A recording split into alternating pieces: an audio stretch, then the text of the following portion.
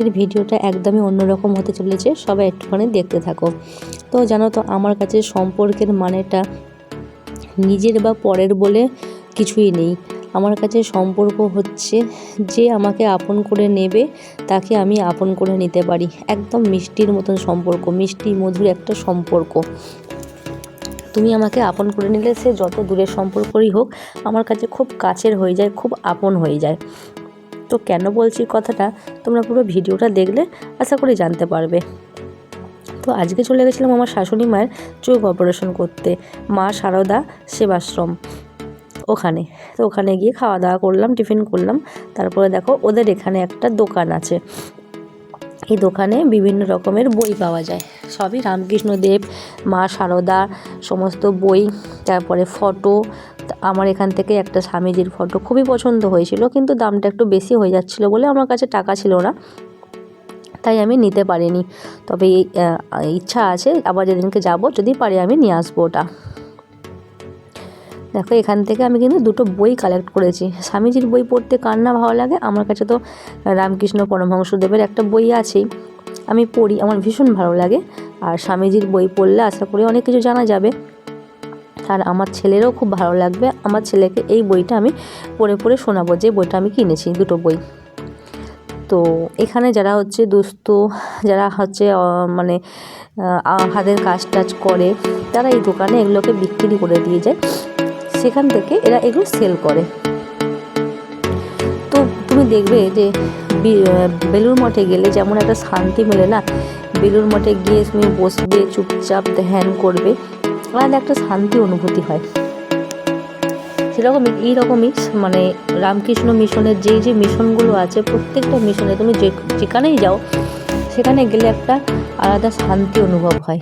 আমার তো ভীষণ ভালো লাগে। তোমাদের কার কার ভালো লাগে অবশ্যই কমেন্ট করে জানিও। দেখো সারদা সেবা সংঘ, আর স্বামী বিবেকানন্দকে কে না পছন্দ করে, আমি তো ভীষণ আমি আদর্শ মনে করি আমার জীবনের। তো তার জন্যে মানে আমি মানুষের উপকার করতে বেশি ভালোবাসি, এটা জানি না কেন আমার রক্তেই আছে হয়তো। আমি মানুষের উপকার করতে ভালোবাসি, আর তার বিনিময়ে কিছু নিতেও আশা করি না। আমি নিজের ইচ্ছাতেই মানুষের উপকার করি, মানুষের সেবা করি, যত্ন করি। তো এটা আমার আরও বড় করার ইচ্ছা আছে। দেখো এখানে আমি বইগুলো দেখছিলাম, তো আমি দুটো বই নিয়ে নিয়েছি।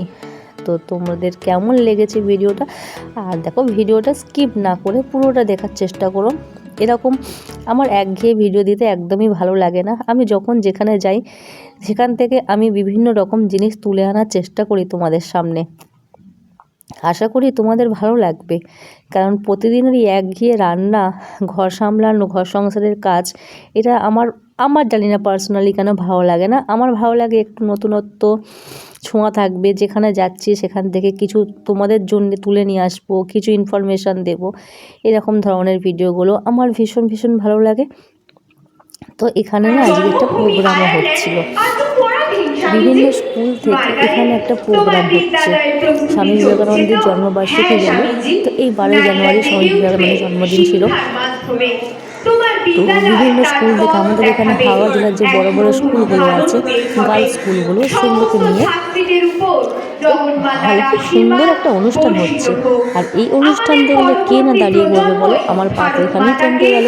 আমি তো দেখতে থাকলাম অনুষ্ঠানটা পুরোটা। আর দেখো কেন বলছিলাম বলো তো, সম্পর্ক যেমনই হোক আমার কাছে খুব মিষ্টি। এই দেখো ওখানে গিয়ে এই বাচ্চাটার সাথে আমার আলাপ হয়েছে। তো ওরও ঠাকুমার অপারেশন হবে, তার জন্যে ও এসেছে, আর আমার সাথে খুব ভালো বন্ধুত্ব হয়ে গেছে। ও যেহেতু ওর পাপার সাথে এসেছিলো, আর কেউ ছিল না, তো আমি ছিলাম। তা আমরা দুজনে খাওয়া দাওয়া করছিলাম, ঘুরছিলাম। দেখো আমি মাছ ছাড়িয়ে দিয়েছি, আর ও নিজে হাতেই খাচ্ছে। এই জন্যই বললাম না, আমি যেখানে যাই আমার কেউ না কেউ ঠিক বন্ধু হয়ে যায়, সে বাচ্চা হোক আর বুড়ো হোক। তারপরে দেখো এদের প্রোগ্রাম সব শেষ হয়ে গেছে। তো এখানে ওরা বিভিন্ন রকমের কুইজ ফুইজ হয়েছে, তারপরে বিভিন্ন রকম অনেক কিছু হয়েছে, প্রাইজ জিতেছে। তো এখানে দাঁড়িয়ে ওরা ফটো সেশন করছিল। তারপরে হঠাৎ করে আমি ভিতরে গেলাম, দেখি যে আমার শাশুড়ি মার চোখ অপারেশন হয়েছে কি না। বলতে নিচে একজন ছিল, উনি বললেন যে ভেতরটা দেখো নি ঘুরে। আমি বললাম না, বলে চলে এসো ওপরে। তো অনেকটা বেশ উঁচু সিঁড়ি, এসে উপরে চলে এলাম। আর সত্যি এখানটা এসে তো মানে আলাদা একটা শান্তি, আলাদা একটা জগতে চলে গেলাম। মা শারদা, আর কি সুন্দর হাতের আলপনার কাজটা আমার খুব ভালো লেগেছে। ওখানে রামকৃষ্ণ পরমহংসদেব আছে, স্বামী বিবেকানন্দ আছে। তো আমাদের হাওড়া জেলার মধ্যেও যে এরকম মানে মঠ আছে, হাওড়া আমাদের বেলুড়ে আছে, বাট এখানেও যে এরকম আছে আমি জানতাম না। এটা আমাদের হচ্ছে হাওড়া শিবপুর। হাওড়া শিবপুরের নাম অনেকেই শুনেছো, যারা হাওড়া বা কলকাতা আশেপাশে আছো তারা হাওড়া শিবপুরের নামটা অনেকেই শুনেছো। শিবপুর না খুব বেশ নামকরাই জায়গা। তো এই শিবপুরেই এই যে মা শারদার আশ্রমটা আছে। তো এখানে অনেক গুরুজি এসেছিলো, মাতাজিরা এসেছিলেন, প্রোগ্রাম হচ্ছিল। আর এই দেখো স্বামী বিবেকানন্দ, আমার হচ্ছে আদর্শ মানুষ। তো আশা করি পুরো ভিডিওটা তোমাদের খুব খুব খুব ভালো লাগবে।